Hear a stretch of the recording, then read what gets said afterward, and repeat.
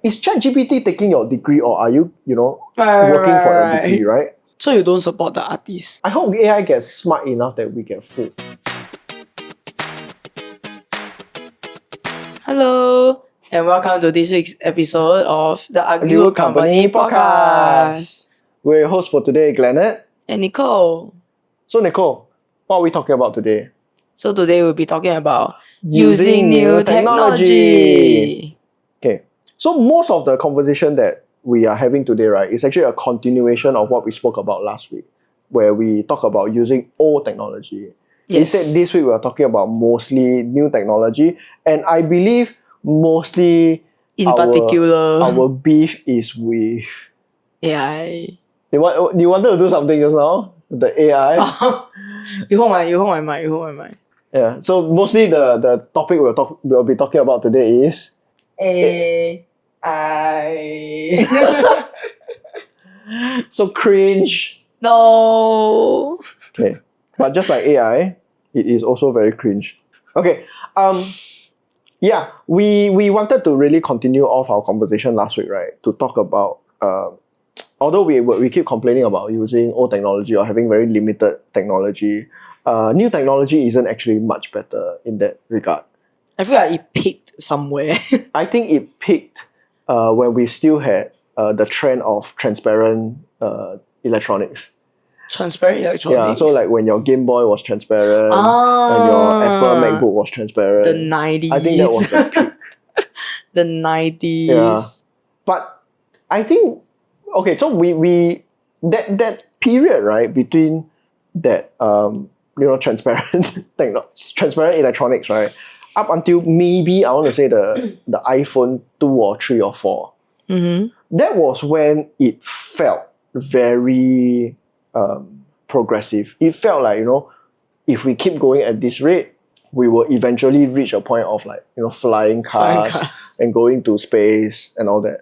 But somehow in the last 5 to 10 years, things seem to stagnate a lot more than we expected. It's not to say that new technology isn't being invented.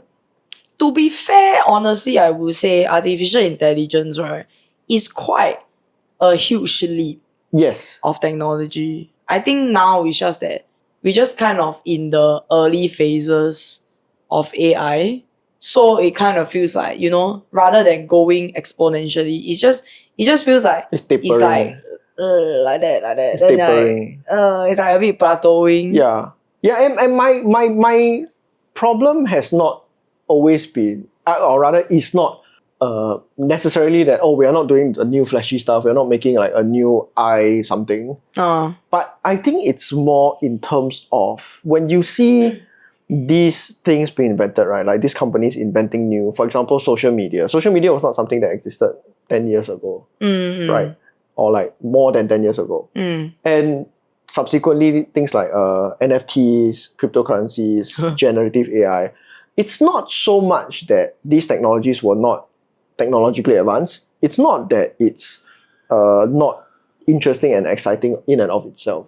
But there is always this fear and discomfort with the narrative that is being pushed about them. Right. So while we can talk about most of these technologies, I think we will really focus on generative AI.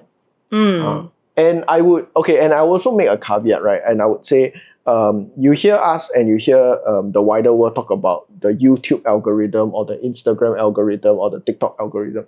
I would go so far as to say, right, they are considered some version of artificial intelligence. Yeah, I think it's like machine learning. Yeah, they're considered some version of machine learning, some version of like a black box which can somehow absolve you of responsibility.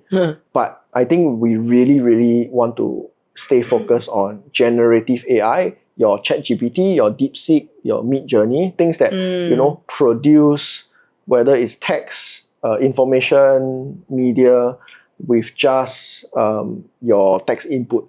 So I think that's where we will mostly focus on. And where should we start? I think like maybe in the YouTube commentary space, right? I think there's enough commentary channels that already talked about the like kind of like the dark side of AI. So in a sense that today we will kind of talk about, I think, more of our own experience, Our own personal experience. rather than giving like commentary on like The broad the broad like I think environment. like ethical thing about AI. Yeah. But I think that one we may talk a bit about that also, but maybe not focus more on that. Yeah. So like with all these like commentary videos talking about it, I think in a sense it has also changed my or like created a perception in my head that like there's like an inherent distrust for AI. So that's why I felt in my own personal experience, I felt a bit okay, to be honest, I felt a bit cringe that like my company is very championing AI now. Not like just your right now. company, most companies that are Yeah, trying but to, I feel like the way they're doing it is quite cringe. the way every company is doing. There it's has quite not cringe. there has Then not like, been a it's like company. it's like then the thing is the thing is they will use generative AI and like generate like images and all those, and then it's like they see it as like, wow, the image they create is like very cool, very interesting. But it's like the thing is, I don't know if it's because I've been on the internet for so long, so I can see that like it's quite weird. But then to them, they feel that it's it's a very cool technology. So they actually Yeah. quite embrace that generative AI thing. And like when they use our internal chat GPT to, so our own company has like a chat blah blah blah. It's the chat company name lah. So it's a chat GPT, but they make it's a chat it GPT model after information that your company has fed it. yes. So it's our own internal chat AI. Yeah. And then they use it to ask questions, ask for, so we can actually ask for like internal information also. So then the thing is, I think seeing a lot of videos online, actually the information they give is not that accurate, right? Yeah. I don't know how skeptical people will be when they receive such information. Like for me, I will naturally be, I think, skeptical. But then the thing is, I don't know whether other colleagues, right? Especially like for example, recently we had like a meeting, like a town hall lah. So then like they have this AI moment that they like colleagues will share.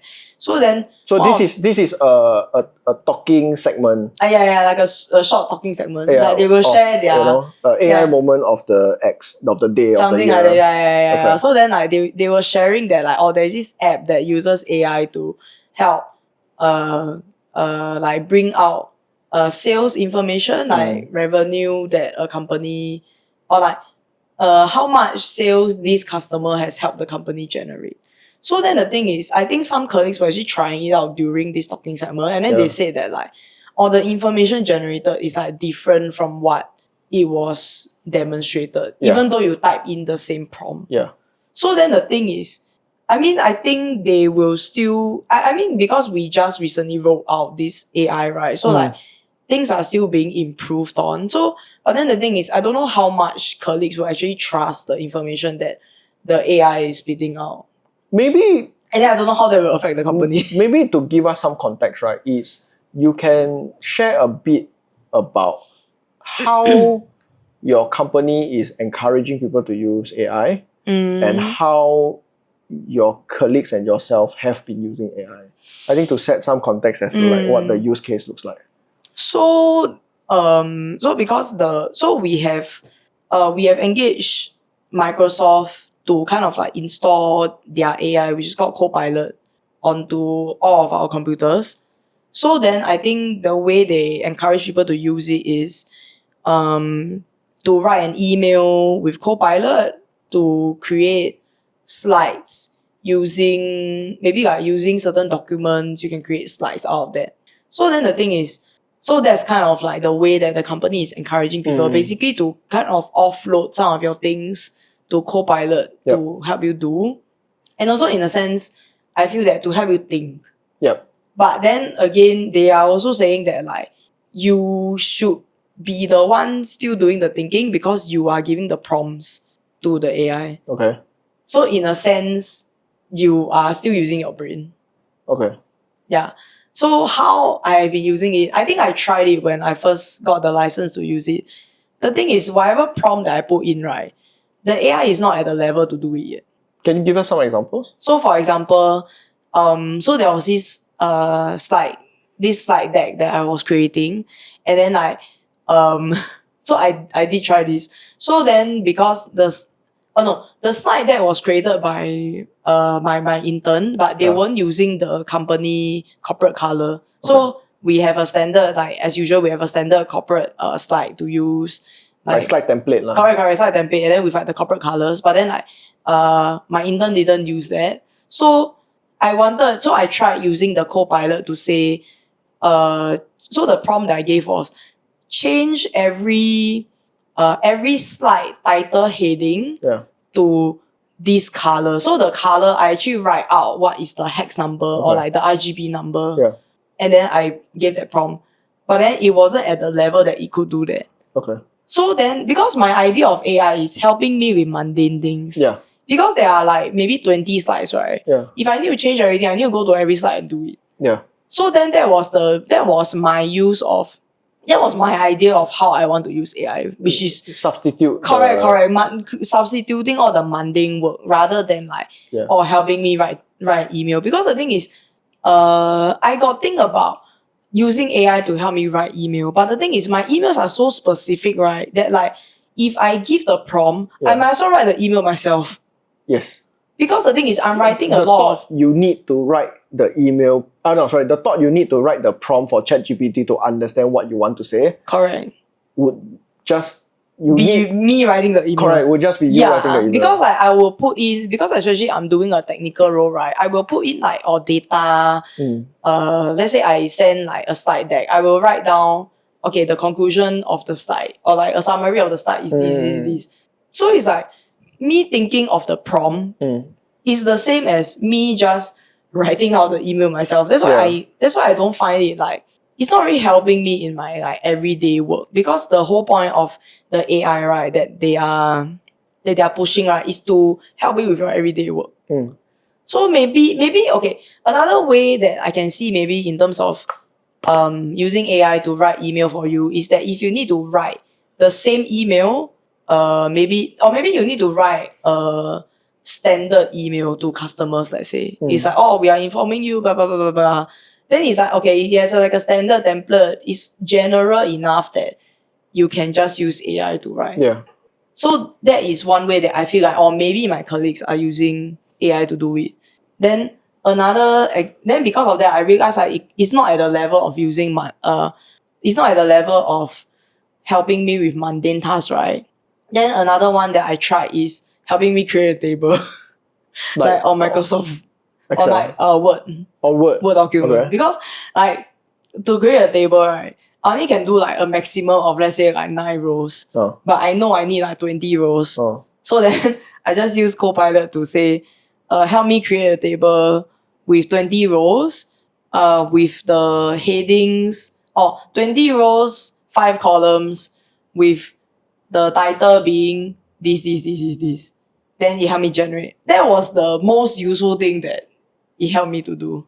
And another last one, the other thing is giving me this Excel formulation, this Excel formula that I needed. Because I needed to like write out dates for different, because like my work, I do like shelf life studies. So it's a long term, let's say 12 months. So I need to write, today's date, and then I need the date 3 months later, 9 months later, 12 months later. I don't want to go and count how many months. So then I just write on the Copilot to say, please add 1 month to the date in cell C8. So it needs to be quite specific, I realize. If not, the Copilot cannot register. Then after that, because it couldn't do it, but the thing is, it helped me to speed out a Excel formula that can help me do it. So the formula is E date, bracket, you select the cell and then comma, how many months from that start date. But basically, that's the extent of me using AI in my company. There's a lot to unpack. Yeah. You can go one by one. No, I was working through kind of like what Excel formula he gave you. like ChatGPT gave you, and like because I can't see your Excel file, so I'm just like trying to visualize the whole Excel thing in my mind. I can show you later. That's why my brain like restarted. I can show you later. Yeah. I can maybe put it in post-production what I mean. I think what you say, right, I think resonates with a lot of people who feel obligated to use AI. So when you talk about AI to people, right, there are generally about 2 to 3 different types of people. You have the people who are very excited and who jump in and they are using AI whenever they can. I think usually these people are in their 40s or 50s. Generally. In my experience, that is correct. Yes. Because I was thinking of my colleagues in SIT. So these are the same colleagues, right? So I give you examples of what they have done. So what they have done, right, is other than try out every single AI engine they can get their hands on, they have also done what your company has done, which is to feed information into a chatbot and create a Jonathan GPT or a Samantha GPT, which they believe replaces what they would say or they would do in the context of their own professorial work. So for example, if a student were to ask Samantha GPT, that GPT would be able to give them a convincing answer the way Professor Samantha would give. That's one example. Those are the very very excited people. Okay. And then you also have a second group of people who are very figuring out AI for the first time. So it's a mix of excitement but also confusion because they have not kind of climbed the different tech tree, right, to reach the point where they understand what AI is supposed to do. So people in their 60s. I never say that. But is it usually old people? I think so. Okay. Sometimes there will be young, like mostly women who don't actually know the other kind of like the earlier technology, right? And then they see, somebody telling them to use ChatGPT, and then they don't know what they would use it for. Okay. So it's 50-50. Sometimes they'll be like, okay, I tried this, I don't know what I'm supposed to do, and then I'll just move on. And then you have people like us who are in the group of we want to use it, but we don't know how to use it responsibly. And I think really the word is responsibly because after, I think now it's fair to say it's like at least 2 years, 3 years since ChatGPT is kind of really big news. Right. And we are not in this field at all. So we are like really the general audience, general public. So we don't have any kind of special insight to it. The problem I have with it, right, is that just like what you said, I don't know whether I can trust the information that it presents to me. Right. To the point, right, where if it's something super, super critical, the time I spend fact checking the answers that an AI would generate versus the time I would spend looking for the answers myself is almost the same. Or even sometimes more.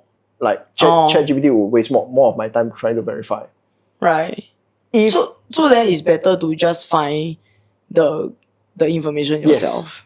Yes. So to give an example, right? So for example, if I were to make a structural installation, so let's say I need to make a backdrop that is very tall, 4 meters, 5 meters, taller than what I'm normally comfortable with, or I'm familiar with building. And then for me to go and check out ChatGPT, right, and like ask them to tell me an answer of like what I should do or like what thickness certain columns, beams should be. Okay. That the fact that I cannot rely on this information makes it rather unhelpful compared to me checking it out myself. Then why did you ask ChatGPT in the first place? No, so that's what I'm trying to say, right? So the whole point, right, is if I have important critical work, those are the places where I want help. Not necessarily from AI, but I need help to make sure that this works. Right. ChatGPT is not that. So you won't even go there? I've tried going there before.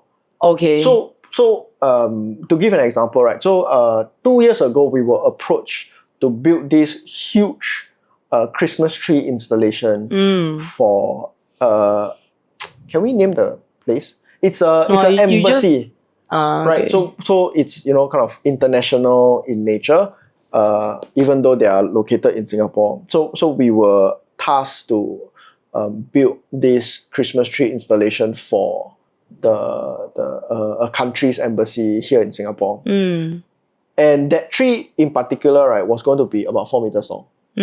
So me not having any experience doing that, right, I wanted to check what size or what kind of material or what kind of thickness, what are my considerations in building something this structural. Right. I went to check. I asked my friend the same thing. Hey, can you fact check for me? Like, am I doing the right am I thinking about the right considerations in terms of like how thick something should be or how big or how wide or whatever. Okay. So he was very gung-ho about ChatGPT, and then he essentially just gave me the answer that ChatGPT spit out. Oh, okay. And I looked at it, right, and literally within the answer that they gave, they gave you the formula to say that, oh, you should use this span times this number. I forget what's the formula, but essentially they gave me this formula. Oh, okay. And then they said, based on this formula, the result of 9.0 represents that this structure is stable enough. Okay. But then I took a second look at it and I did the calculation myself, right, of using their formula. I assumed the formula is because I didn't study engineering. So I assumed the formula was going to be a correct formula. I used their formula to get just a quick calculation out. That number was different from the number that ChatGPT gave me. Oh. So to give you an example, right, like to give like kind of force numbers, right? Let's say force equals mass times acceleration. Force I know is 10 newtons. Mass I know is 10 kg. Acceleration I know is 10 meters per second. I should get 100 for my force, for example. Okay. Just now you say force equals to 10. Sorry. You already put in all the numbers. No, sorry. So the answer that ChatGPT gave me, right, was that, this would require 10 newtons of force. Okay. But me knowing the mass and the acceleration of 10 times 10, right, I know that, actually it should be 100 newtons, not 10 newtons. Then naturally, there is a conflict there, right? Like there is a contradiction there, right? So I think and then I pointed it out to my friend, and then he initially, when he sent me that block of text, right, he was like, hey, ChatGPT say can. You confirm can do it like that. And then I took a second look, I told him, hey, actually 10 times 10 is 100, not 10. And then he said, hey, oh yeah, how come ChatGPT wrong? So that was the response that he gave me. Then I think to myself, okay, so the really, really mission critical things I cannot rely. The ones that I really want help for, I cannot rely on ChatGPT. So then the question is, okay, what falls under not important to require help from ChatGPT, but still complex enough that I need help from someone? I think lesson planning. I think the thing is, you can get a rough skeleton. My expertise is in lesson planning, right? Like that's where I don't need help in. And the worst thing, right, is if I do that, right, and then ChatGPT gives me something I disagree with, then I'm like, then why did I look at you for help in the first place? Because then you know what to exclude. What do you mean what to exclude? Like you say, if ChatGPT gives you something that you don't agree with, then you know that, okay, I'm not going to go that route. Yeah, I still need to make the correct route. Right, so yeah, from my Arguable company experience, right, like I will say, right, where it has helped a lot is with writing. When you are writing things, right, that bear no responsibility, they're just there to really make something more colorful, and they're just there to make something more descriptive. That is where ChatGPT is very useful, because the effort it takes to sit down and describe your 4-5 different products, your 4 to 5 different workshops, it can take quite a lot of brain power. So ChatGPT has helped me in that regard. That is one of those things, right, where it's not so important that structurally things are important. Structurally things have to be correct. It is complex enough that I would want help with. So copywriting is one of those things that I use ChatGPT for. That's on the Arguable company side. Wasn't that very enlightening, Glennard? That was so enlightened. By the way, what are you wearing? Oh my god, it's the new Arguable company t-shirt. Oh my god, wow. It's a shirt that you can make a mess in.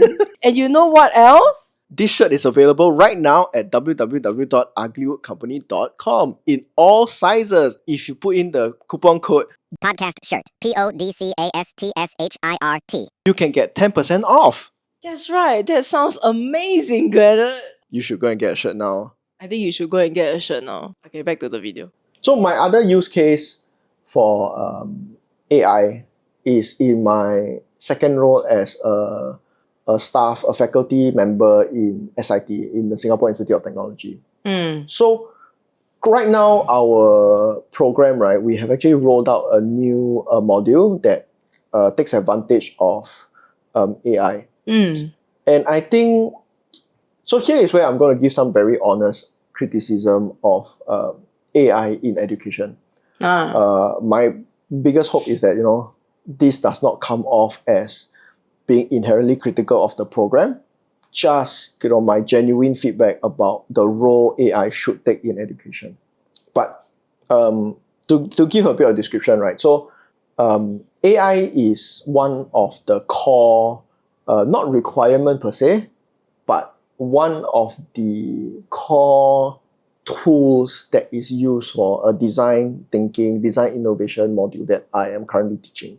So the way it is currently used, right, it is taught to students as, let's use Gen AI as a brainstorming tool, as a time-saving tool, and as a creative kind of horizon-widening tool to help everyone save time, think more creatively, and open up more possibilities. Okay. So all those things are kind of very noble aspirations. Yeah. I fully agree with them. The issue comes, right, when students come into it. So I teach mostly undergrads. The issue comes, right, with these kind of students, right, where every class I've taught for the last 3 years, not just for this module, for other modules as well, there would always be one or two or more students, right, who get the feedback, or they get complaints, or they get some notes sent to us, right, that student X only relies on AI for any questions that we ask, or for any kind of help that we need. Okay. They do not provide any valuable input beyond what AI is giving them. Like in a group discussion? In a group discussion setting. So this would be the groups giving each other peer reviews and peer feedback. Okay. And for me, right, when they tell me who these students are, and I start really reviewing their work, or I start really kind of paying attention to them more in class, right, what I've noticed is these are the same students, right, who have essentially surrendered their thinking capacity to this engine, to ChatGPT. Because some of them really reach this point, right, where any question you ask them, you need to wait for them to type in, and like there's a 10-second lag while ChatGPT spits out an answer, and then they will just repeat it back to you. Also, you actually do see them typing in real time. I've seen discussions where that happens. So so I will be kind of walking around, and then the group of 5 is sitting there, and then they are the 2 or 3 of them or 4 of them are having serious discussions, and then this one person who doesn't say anything and is just like waiting for ChatGPT to spit information out. So I've seen. It's not that I don't expect students to do it. I fully expect students to do it. But I've seen one or two students every class, right, that doesn't do anything other than this process. So they don't really speak to the group, right, until that thing spits out the answer that, and then they are just repeating. And one of the feedback, I remember one of the feedback that really opened my eyes, right, he would say, student X should rely less on ChatGPT because every question we ask, he will just say, well, ChatGPT says this. Okay. And in my mind, I'm like, is ChatGPT taking your degree, or are you, working for your degree, right? Oh, this is new information to me. So to me, I think the role of AI in the classroom has to be limited, and it has to be really the term I would use is like scaffolded for the students, because they need to know when and where it is useful.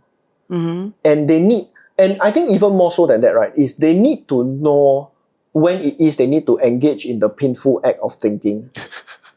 Because I know of Turning this, those gears. correct, I know these students, right, they are the same students that before these 3 years, right, when you ask them a question, they would look at you blankly and wait for an answer.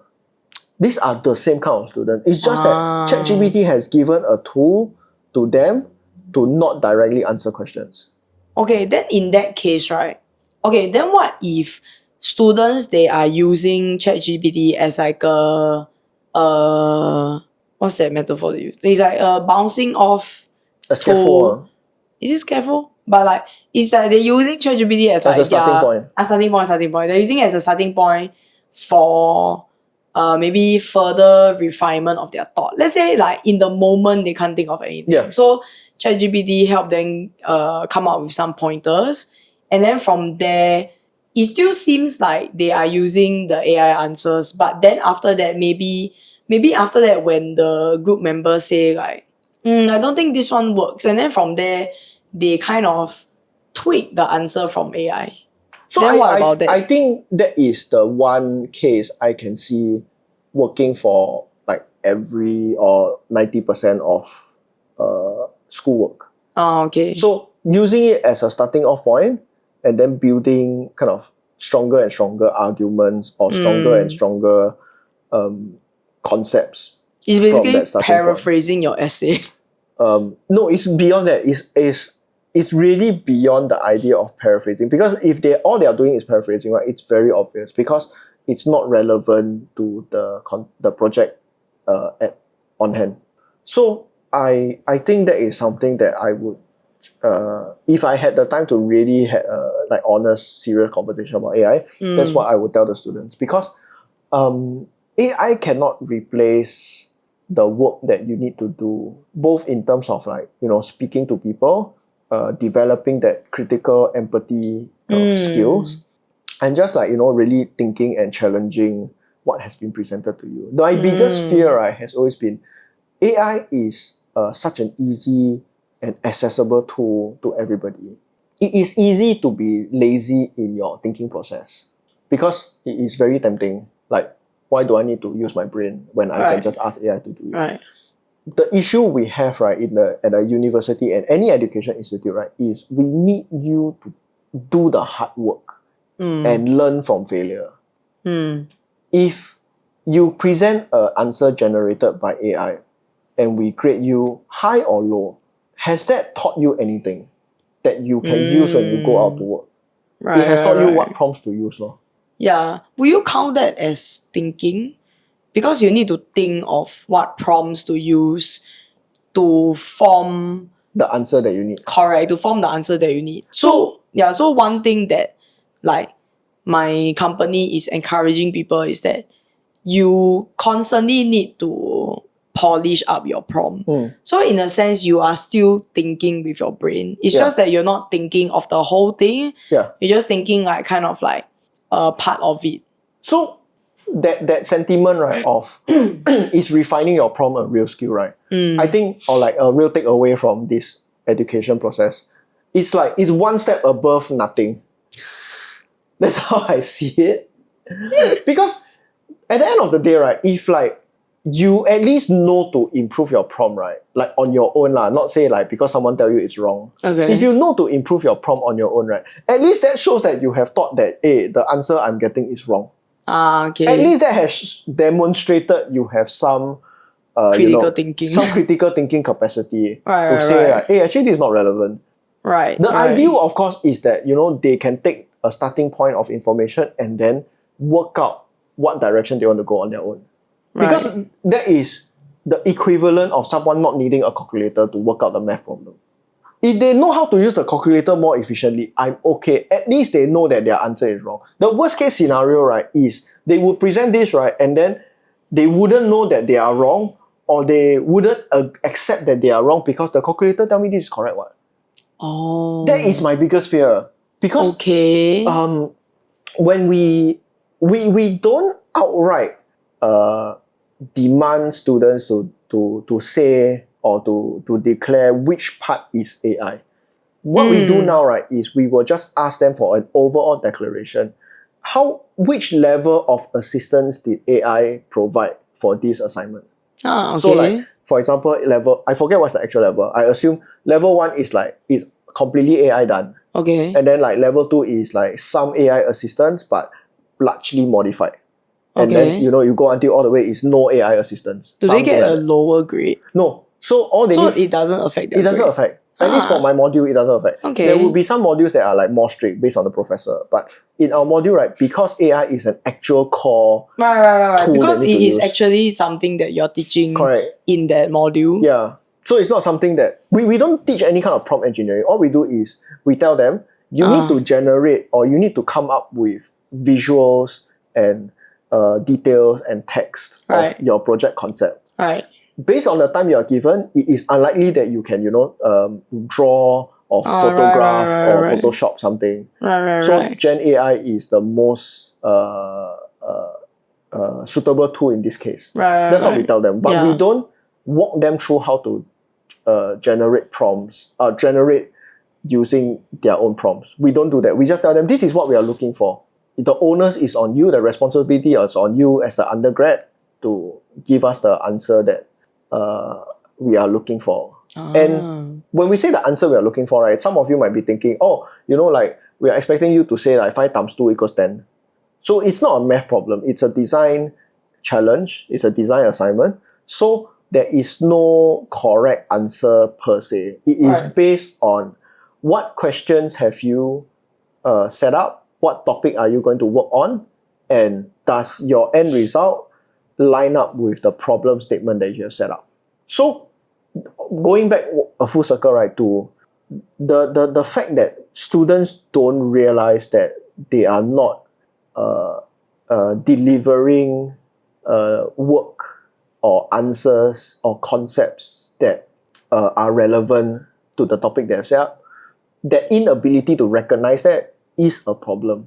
And that is something that is worsened by AI. That is something that if they over-rely on AI, they will never develop this skill of recognizing they are wrong.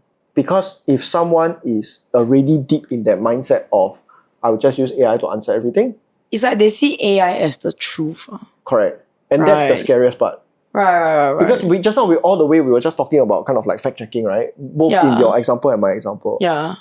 Fact-checking relies on a certain level of experience, life experience, and knowledge. Right. If you have fallen into that well of AI, I will just use AI for everything, AI will tell you what you want to hear.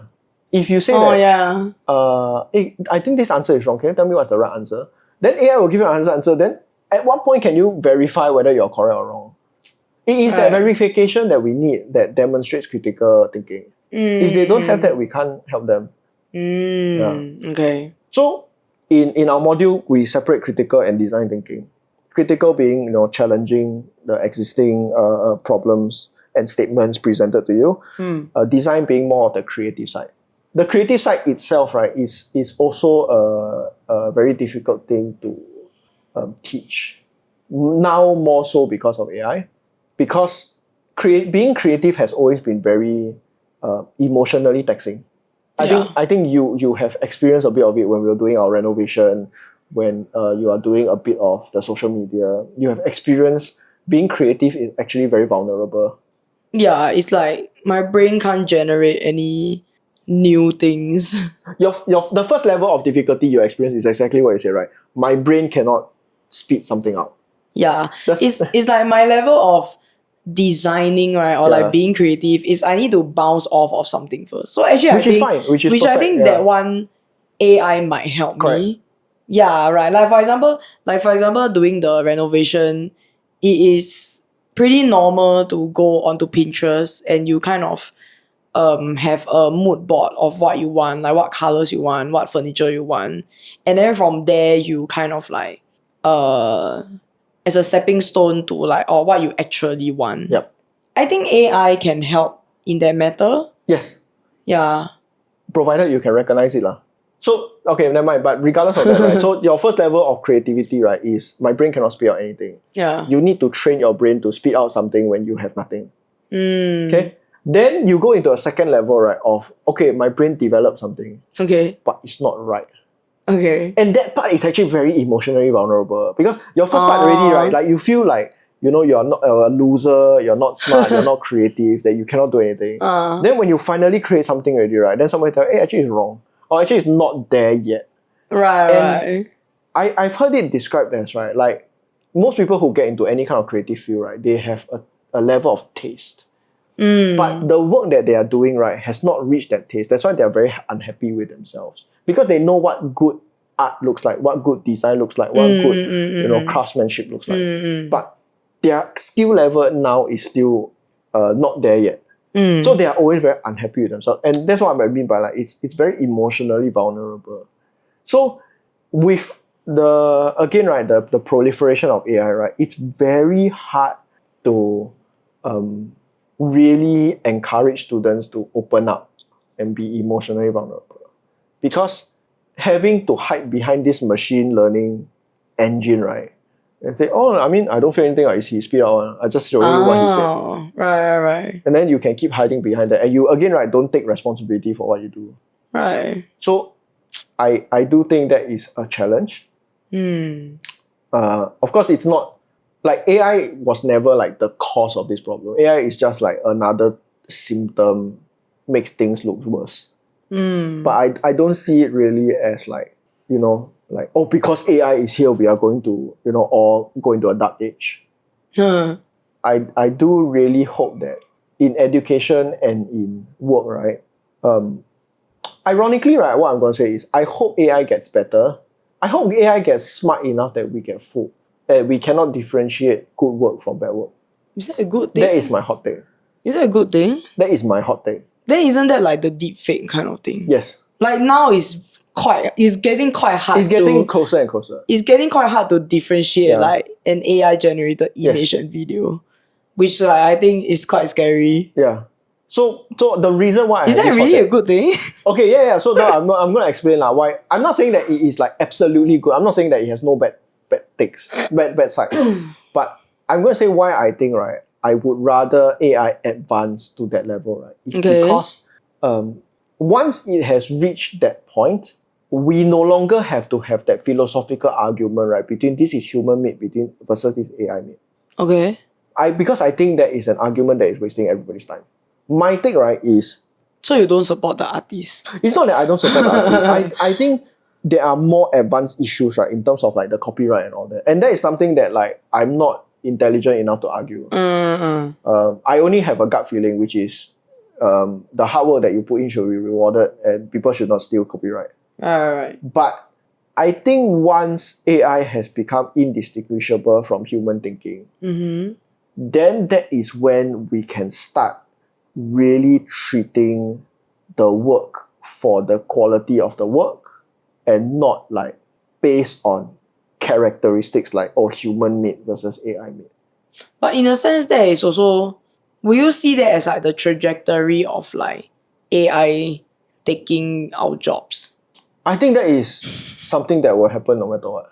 I think that is something that is like fundamentally unavoidable. Skynet is coming. Skynet is a very different thing from AI. I don't know, I never watched that movie. I just anyhow say. Yeah, but I want to argue the merit of the work. I don't want to argue the source. Also, you don't really care whether... The thing is, at the end of the day, right, like, there will always be this transition period. But at the end of the day, right, if a fresh grad, right, gives me an essay that is handwritten and worthy of A quality versus a student who generated an A quality essay using AI, once they are indistinguishable, right, then there is no point arguing for this person to get, all the necessary writing skills to create this. Whatever skills that they need, right, is the same as like our evolution from, in the past, right, nobody needed to know how to type. Okay. And then now, right, because typing is so commonplace, that typing is no longer considered a skill. It's just something that you need to do. Right. But if you type wrong, right, people can tell.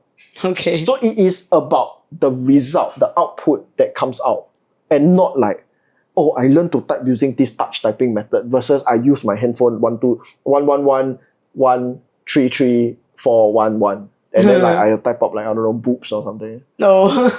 Okay. So to me, right, like I think the faster we get to that stage, of course this is outside of like all the copyright issues and all the artists, starving artists kind of issue, but just purely from an educational perspective, the faster we get to that point, the less difficult the transition will be.